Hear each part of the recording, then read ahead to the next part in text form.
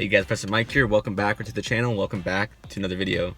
So I get a lot of questions on my YouTube channel on, I'm about to lift my truck. I'm wondering if I should get a standard lift kit or should I go for the coilover kit. And today I'm going to talk to you a little bit about that and what's the difference between them.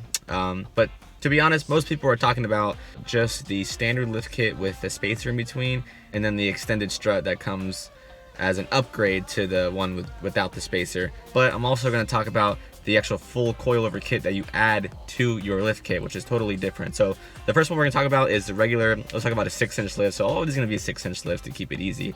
So we'll talk about a 6-inch lift. Basically what it is when you ever think of remember a leveling kit we're talking about, it's looks like a hockey puck. It's about an inch and a half, sometimes 2.5 inches. So think of that little puck style spacer, but a 6-inch spacer. It goes right on top of your factory strut. Now it's a lot more complicated than that. You do have to add different suspension parts like relocation brackets and drop down all these different things. But the general idea is that you're gonna put this spacer on top of your factory strut. It's gonna lift it about 6 inches. Now that's the first one. That's just a basic lift kit. They usually run about $1,200 for the F150s if you're thinking about a rough country kit. Now if you want to go to the extended strut kit, you basically are removing your factory strut and you're adding in a full spring with strut. That's a full 6-inch kit, so it's not a spacer on top. People usually do this to get better ride quality, or they're looking for better performance, maybe longer lasting life.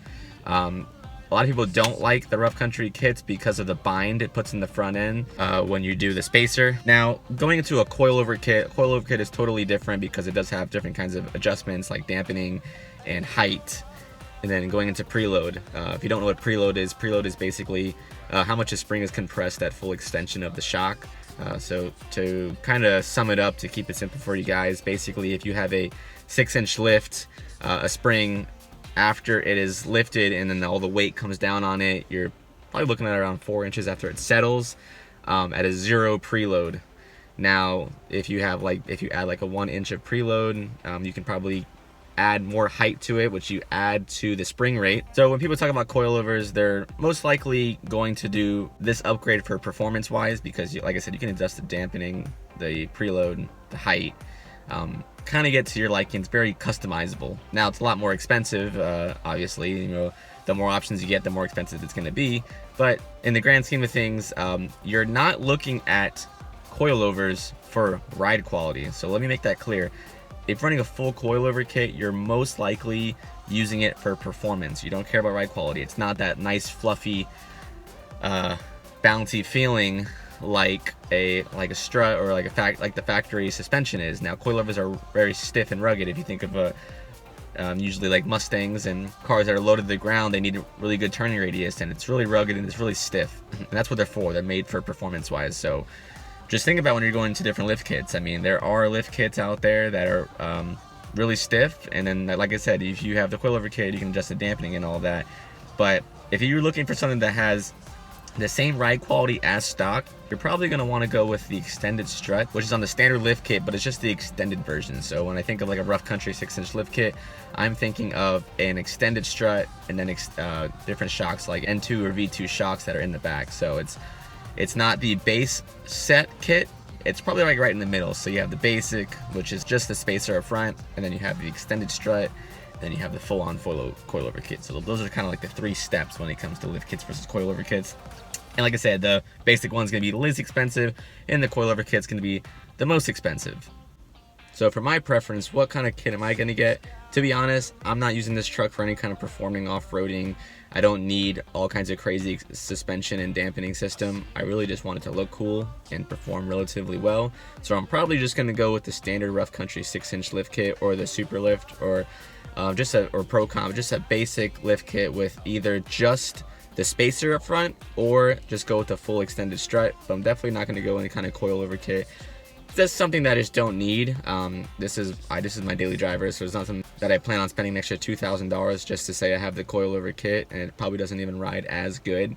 But if you're someone that wants to go full out all the time and just have the best performance around, then you definitely want to go with the coilover kit. I mean, like I said, you're gonna pay a high premium, but it's gonna be for a good cause, because if you're someone who likes to go off-roading, or you go to car shows or truck shows, or you do drag racing and you need that coilover kit, because you can also lower it too. So you can go up and down. You can raise it from like up to 6, 7, 8 inches, sometimes 9 inches, and then all the way down to like 3 or 4 inches as well. So there's a huge range on what you can do. A good benefit to the coilovers is if you're running a heavy tire and wheel setup, like for example, if you're going really negative on the offset with big tires, probably going to rub the inside of your crash bar. Now, the taller your lift is, the less likely you are to going to rub, because of the tire has to swing. So if your truck is low, the tire cannot swing as far. So the more you raise your truck, the easier it is to fit these bigger tires, bigger wheels, more offset. More negative on the offset you can do. So if you're rubbing at a 6-inch lift and you have coilovers, you may want to adjust it, the height a little bit, to maybe 7, 7.5 inches, to see where you are, to see, you know, what kind of trimming you may need or may not need to do. This is a great opportunity for today's video sponsor. Joytus actually sent me this right here. Is for the windshield. It's like a sun visor thing, and my windshield is tinted, but it still gets extremely hot in here, especially in Florida. It's like 90 something degrees sometimes. And this is a custom made for the F150. So thank you guys. So shout out to them. I'll have a link in the description where you guys can go ahead and check this out. Now let's see how this thing fits as well. But this is it. Now it has this little band here, I guess, to keep it intact. But it is a direct fit. All right, so let's go ahead and try to put this up. If I can put the camera down somewhere, and I can kind of show you.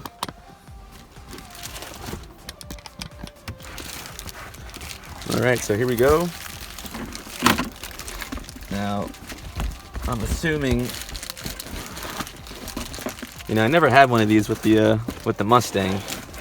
The windshield was tinted as well, but I thought it was pretty nice of them to send me something like this out, especially when I go to work all day and I park in the hot sun.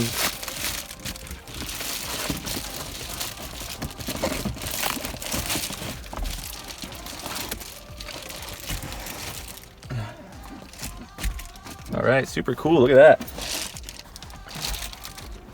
I don't know how it's supposed to stick, but now let me get out so you can see. I mean, obviously, it's just gonna protect the sun from shining through, and it actually probably makes the truck look super dark from the inside. Obviously, if there's no sun shining through. Yeah, those windows look like 5% tint. Like, wow, they look really dark with that up. So like basically, if I had 5% tint, this is what the truck would look like. And yeah, that looks a lot darker than usual. Wow. So it makes the truck look really, really dark in here, which is gonna protect from the sun to get through. It's gonna be able to keep this thing a lot cooler in the afternoon times when I get out of work. So super cool gift. Gifts are always welcome over here. If you ever want to send me something, just shoot me an email and I'll definitely try out and test it out for you guys. And something super cool, something super simple, and something that I need. You know, there's always something that I need for the truck. So whatever it is, you know, if you want to send me something, please go ahead. I'll definitely like to review, as long as it's like, you know, in the realm of like what I make YouTube videos about. But other than that, guys, if you guys found this video helpful, go ahead and leave a like and subscribe. I post new videos every Wednesday and Sunday, 8 p.m. So don't miss out. And turn the bell notifications. You don't want to miss out when I post a new video.